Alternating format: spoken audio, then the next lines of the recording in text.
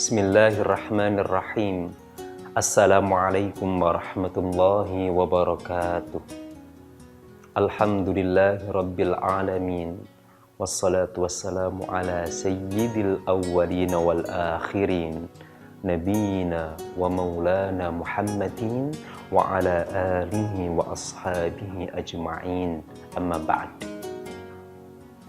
Bolos Tiarek TV yang berbahagia dimanapun panjenengan berada. Alhamdulillah kembali kita bersama-sama mengaji dan mengkaji di program kesayangan kita Titian. Sebagai seorang muslimah, bolo yang muslimah ini ya, yang bunda atau yang mau jadi bunda atau yang masih remaja, tentu predikat terbaik Anda semuanya para bunda adalah menjadi almar'atus salihah, wanita salihah. Sebagaimana yang disabdakan baginda Nabi, diriwayatkan oleh Imam Muslim, ad-dunya mata' wa khairu mata'iha al-mar'atus salihah. Dunia adalah perhiasan, dan sebaik-baik perhiasan adalah al-mar'ah as-salihah, seorang wanita yang salihah. Jadi panjenengan yang bunda, yang mau jadi bunda, yang masih remaja, jadikan prioritas dalam hidup untuk menjadi sosok yang al-mar'ah as-salihah, wanita yang salihah. Nah, ada beberapa wanita salihah luar biasa, istimewa, yang disebutkan oleh Al-Quran dan juga disabdakan oleh baginda Nabi Muhammad sallallahu alaihi wasallam. Sebagaimana qala an-nabi sallallahu alaihi wasallam, sayyidatu nisa'i ahlil jannah ba'da Maryam ibnati Imran, Fatimah, Khadijah, wa Asiyah imra'atu Fir'aun. 4. Wanita-wanita punggawa, pemimpin para wanita penghuni surga nanti ada 4. Hadis ini populer, diriwayatkan oleh Imam Bukhari juga, Muslim juga, Ahmad juga. Meskipun urutan 4-nya itu random, tapi yang masyhur 4 ini saya sebutkan berdasarkan masa, berdasarkan era-era beliau. Yang pertama Sayyidah Asiyah. Nah, barangkali dari 4 keteladanan dari beliau ini bisa menginspirasi bolo di rumah yang wanita dalam rangka mengondisikan diri menjadi perhiasan terbaik wanita salihah. 1. Sayyidah Asiyah. Beliau adalah istrinya Fir'aun. Sebagaimana kita tahu, Sayyidah Asiyah lah yang menemukan keranjang yang berisikan Nabi Musa bayi yang dihanyutkan oleh sang ibunda kandung. Kenapa dihanyutkan? Kan supaya terselamatkan. Karena saat itu Fir'aun sedang mentitahkan anak buahnya untuk membunuh seluruh bayi laki-laki bangsa Yahudi. Dan orang tua kandung Nabi Musa juga berbangsa Yahudi. Supaya terselamatkan, Allah memberikan perintah isyarat, dihanyutkan, dimasukkan dalam keranjang dan ditemukan oleh Sayyidah Asiyah. Bawa pulang sama Sayyidah Asiyah. Dibawa pulang, dihadapkan ke sang suami. Mas, loh, Dek, bayi ini siapa itu? Lanang apa wedok? Saya melihat lanang. Wih, gini. Fir'aun tak mau spekulasi. yang dia perintahkan untuk dibunuh adalah seluruh bayi laki-laki Yahudi. Dan untungnya bayi Nabi Musa itu karena ditemukan terhanyut di sungai Nil, Fir'aun tidak bisa identifikasi pasti bayi ini itu secara ras itu Yahudi apa Mesir ya, Koptik ya, apa pribumi ya. Barokai tidak bisa identifikasi inilah, tapi sudah hampir mau dibunuh sama Fir'aun. Sebagaimana yang disebutkan di Al-Quran surah Al-Qasas ayat 9. La taqtuluhu asa an yanfa'ana aw nattakhidahu walada. Sayyidah Asia matur ke sang suami, "Mas, jangan dibunuh bayi ini. Barangkali di masa depan dia itu bermanfaat untuk kita. Atau kita angkat saja deh jadi seorang putra." Itu boleh ya. Penyayang. Sayyidah Asia itu penyayang. Dan ini harus Bunda teladani sebagai orang tua di rumah. Apapun yang terjadi dengan kondisi putra-putri kandung, membahagiakan atau membuat hati nelangsa, mudah-mudahan tidak, tapi jikapun itu terjadi, tetap rasa sayang sebagai orang tua harus dikedepankan. Jangan begini, sudah dikandung, sudah dilahirkan, sudah dibesarkan, kok nggarai wong tua nangis. Sebagai orang tua harusnya tidak begitu. Mestinya dibalik. Dulu yang minta anak hadir dalam kehidupan bukankah Bunda sendiri? Ketika menjadi pengantin baru, mohon sama Allah untuk dikaruniai buah hati, dihadirkan oleh Allah seorang anak. Kehadiran seorang anak adalah apa yang para Bunda minta dulu di masa lalu. Lalu ketika dalam perjalanannya anak ini mungkin melakukan sesuatu yang menjengkelkan, jangan pernah salahkan anak. Siapa yang minta mereka dihadirkan? Anda. Evaluasi diri, minta sama Allah. Minta perlindungan untuk anak kepada Allah Subhanahu wa ta'ala. Jangan pernah menyalahkan anak. Sayangi, sayangi, sayangi. 1. Berikutnya masih 3, nggih. Sabar. Mantun iki dilajengaken, jangan kemana-mana, tetap di titian.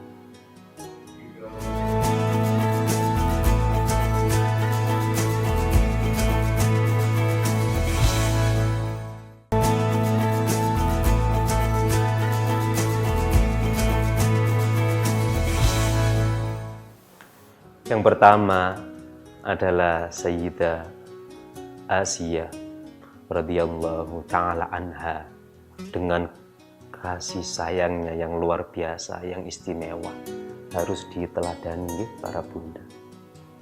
Yang kedua adalah Sayyidah Maryam binti Imran radhiyallahu ta'ala anha, yang paling kondang, yang dikesankan oleh Al-Quran di Al-Quran surah Ali Imran atau di surah Maryam, bahwa Sayyidah Maryam itu sosok yang tangguh. Bagaimana tidak? Beliau single parent, dalam tanda kutip, jangan salah tangkap dulu. Bukan single parent dalam terminologi hari ini. Kita tahu bahwa Sayyidah Maryam itu dikaruniai Allah seorang putra tanpa terlebih dahulu bersuami. Dan ini tentu satu sisi anugerah luar biasa. Di saat yang bersamaan ada ujian mental yang juga luar biasa, dan itu dialami oleh baginda Sayyidah Maryam radhiyallahu ta'ala anha. Beliau dibuli, ya hamil tanpa ada suami, diolok-olok, dikecam, dilaknat, Pokoknya semua hujatan, semua kata-kata kotor diarahkan kepada Sayyidah Maryam yang tengah mengandung Nabi Isa alaihissalam. Tapi apa yang terjadi? Baginda Sayyidah Maryam tetap rela, tetap lego menjalani itu semuanya. Meskipun konsekuensinya beliau harus terpaksa mengasingkan diri, terpaksa mengungsikan dirinya dari kampung halaman. Sebagaimana yang tersebutkan di Al-Quran surah Maryam ayat 22. Fahamalathu fantabadat bihi makanan qasiyya. Jadi ketika dalam posisi mengandung itu dapat hujatan, dapat celaan, dapat cercaan, Baginda Sayyidah Maryam mengasingkan diri sendiri. Beliau sendiri sampai pada akhirnya bersalin tanpa bantuan seorang dokter. Jangankan dokter, dukun beranak saja juga tidak ada yang membantu saat itu. Karena memang seluruh opini yang dibangun, seluruh pandangan yang muncul, terbangun, tersebar, Maryam wanita yang terlaknat. Ketika ono sing nyedek ijen ya. Tapi Allah menyertai Sayyidah Maryam. Dan Sayyidah Maryam tetap tangguh menjalani itu semuanya. Tetap menerima konsekuensi dari apa yang dianugerahkan oleh Allah. Seorang putra tanpa bersuamikan terlebih dahulu. Yang kedua yang harus diteladani oleh para bunda, harus jadi sosok yang tangguh. Tangguh itu tidak selalu identik dengan hal-hal yang tidak menguntungkan, tidak mengenakkan, terus dituntut tangguh, tidak. Tangguh itu karakter. Mau saat kondisi tidak menguntungkan, mau saat kondisi normal, mau saat kondisi sejahtera, berjaya, harus tangguh. Tangguh. Jadi kalau nggak tangguh, seorang ibu itu kan biasanya tumpuan atau curhatan putra-putri. Kalau seorang bunda tak mampu mengesankan atau memunculkan kesan tangguh di hadapan putra-putrinya, lalu kemana lagi putra-putri itu akan butuh teman curhat dan sebagainya. Tangguh ya, tangguh. Yang ketiga, ya ini favorit ya. Tak lain dan tak bukan adalah istri baginda Nabi Muhammad sallallahu alaihi wasallam, yaitu Sayyidah Khadijah Al-Kubra radhiyallahu taala anha. Yang spesial dari Sayyidah Khadijah itu banyak. Di antaranya adalah Sayyidah Khadijah itu istri pertama baginda Nabi Muhammad sallallahu alaihi wasallam. Dan selama berumah tangga dengan Sayyidah Khadijah, baginda Nabi itu tidak menikah dengan wanita lain spesial. Jadi ketika baginda itu menikah dengan Sayyidah Khadijah sampai Sayyidah Khadijah berpulang, baginda Nabi hanya dengan Sayyidah Khadijah. Yang luar biasa dari Sayyidah Khadijah adalah kepatuhan beliau total kepada baginda. Mohon maaf, padahal sebelum menikah, kalau boleh membandingkan, Sayyidah Khadijah adalah seorang saudagar kaya raya, wanita terhormat. Baginda Nabi juga terhormat, hanya saja kekayaan yang dimiliki baginda saat bujang tidak sekaya Sayyidah Khadijah. Nah, Sayyidah Khadijah itu hebat. Jadi gini ya, ketika yang membuat Sayyidah Khadijah kesemsem sama baginda Nabi, pertama adalah dari jejak atau popularitas baginda Nabi yang sudah terbangun. Baginda Nabi itu kan wis kondang kalau beliau Al-Amin, sosok yang amanah. Di samping rupawan fisiknya, amanah, dapat dipercaya. Al-Amin, makanya beliau dipanggil Al-Amin. Ditambah lagi saat direkrut sama Sayyidah Khadijah untuk melakukan bisnis ke Syam, saat itu menuai keuntungan besar. Ditambah lagi ada komentar dari Maisaro, adalah Maisaro itu ada anak buah Khadijah yang khusus disuruh Khadijah untuk memata-matai baginda selama perjalanan ke Syam. Jadi ibaratnya Sayyidah Khadijah itu ingin tahu banyak tentang baginda Nabi. Sepulang dari ekspedisi itu kan baru kemudian Sayyidah Khadijah itu yakin betul bahwa Muhammad adalah sosok pria yang beliau dambakan. Gitu. Setelah banyak kisah tentang Sayyidah Khadijah bolongnya. Setelah ini kita lanjutkan. Sabar, sabar. Jangan kemana-mana, tetap di Titian.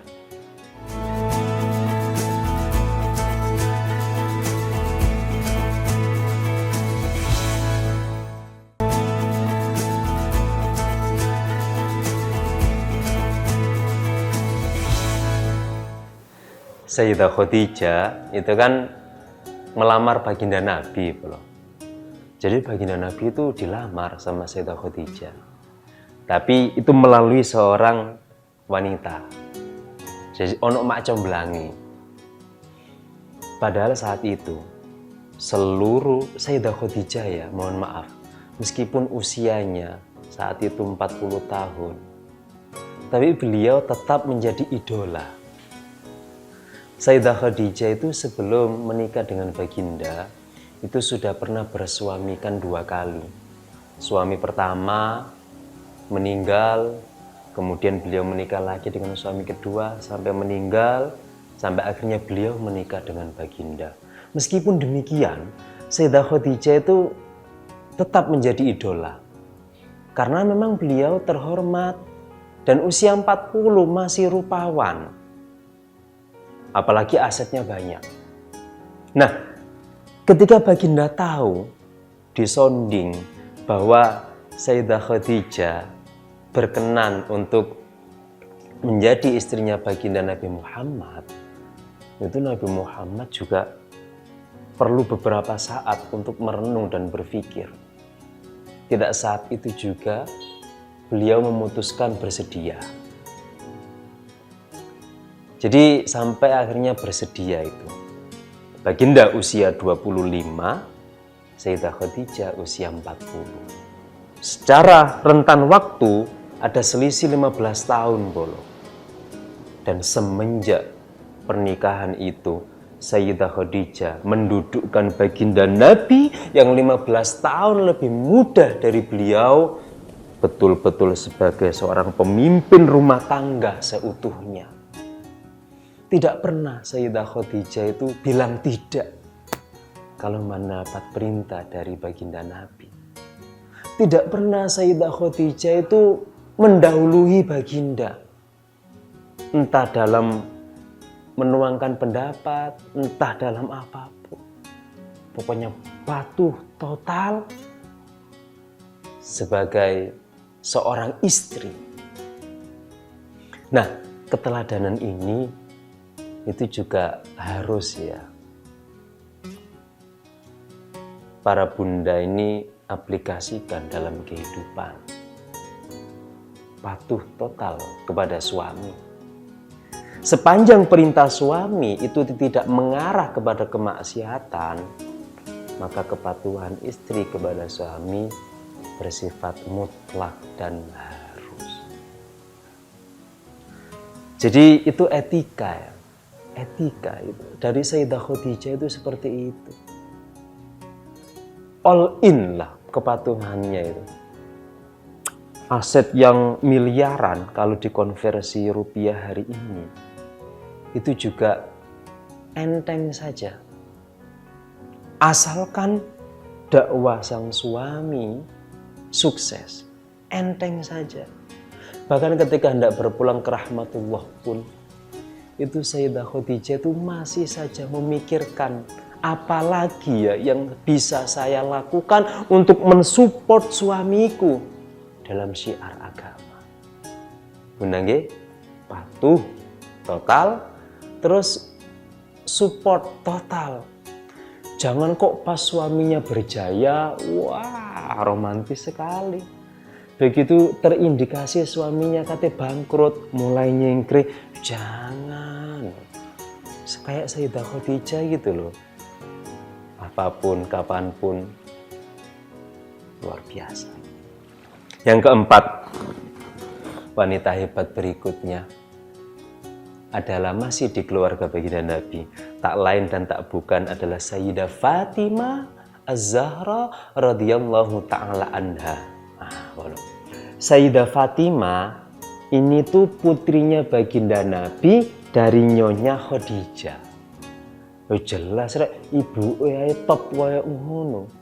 Kalau putrinya top ya pantes gitu. Kuasanya Allah ya. Baginda Nabi itu dikaruniai putra dan putri itu hanya melalui jalur Sayyidah Khadijah radhiyallahu ta'ala anha. Meskipun istri baginda itu 13, tapi Allah mengondisikan keturunan baginda Nabi lestari sampai hari ini itu dari jalur Sayyidah Khadijah Al-Kubra. Dari Fatimah terus turun sampai hari ini. Meskipun dari Sayyidah Maria, baginda Nabi pernah punya putra namanya Sayyid Ibrahim. Tapi semua itu yang berhasil melestarikan gen baginda secara biologis itu adalah dari Sayyidah Fatimah, anak kandungnya Sayyidah Khadijah. Sayyidah Fatimah itu sebagaimana kita tahu, Sayyidah Fatimah itu suaminya namanya siapa sih, Bolo? Ayo, Sayyidah Fatimah itu nama suaminya siapa? Baginda Sayyidina Ali karramallahu wajhah. Dari 4 Amirul Mukminin, Abu Bakar, Umar, Utsman, Ali radhiyallahu ta'ala anhum, yang Abu Bakar, Umar, Utsman, yang 3 ini sejahtera semuanya. Ketiga-tiganya ini miliuner. Baginda Sayyidina Ali saja yang kebetulan itu cukupan beliau. Sayyidah Fatimah menjadi istri Sayyidina Ali yang cukupan. Itu seumur hidup tidak pernah ngeresuloh, neriman. Beberapa kesempatan juga pernah kelaparan karena cukupan memang. Itu pun dan baginda tahu. Baginda pun kadang-kadang mengantarkan makanan untuk sang putri. Tapi Sayyidah Fatimah dengan kondisi seperti ini ikut tetap sabar, setia Bolo dengan suami tercinta Sayyidina Ali. Dan Nabi Shallallahu Alaihi Wasallam melihat kondisi putrinya seperti itu tak pernah loh mencibir menantunya Sayyidina Ali itu. Baginda tahu wilayah bahwa ketika seorang putri sudah bersuami sah, maka sudah ada batas-batas intervensi. Makanya baginda pun ya tahu kalau sang putri semata wayang saat itu, bukan semata wayang ya, ada putri yang lain. Sayyidah Fatimah saat itu yang kadang-kadang memang tidak ada yang dimakan. Baginda Nabi kadang-kadang berbagi makanan dengan sang putri. Dan tak pernah ngenyek menantunya. Itu boleh. 4 wanita hebat. Sayyidah Asia dengan penyayangnya yang istimewa, Sayyidah Maryam dengan tangguhnya yang luar biasa, Sayyidah Khadijah dengan patuhnya yang total, Sayyidah Fatimah dengan sabar nerimannya yang luas. Mugi-mugi bisa menjadi modal untuk para bunda dan para wanita, para muslimah bolo semua untuk mengondisikan diri menjadi almar'ah as-salihah, menjadi perhiasan terbaik wanita salihah. Semoga bermanfaat. Matur suwun setia menyaksikan Ihdinas Shiratal Mustaqim. Wassalamualaikum warahmatullahi wabarakatuh.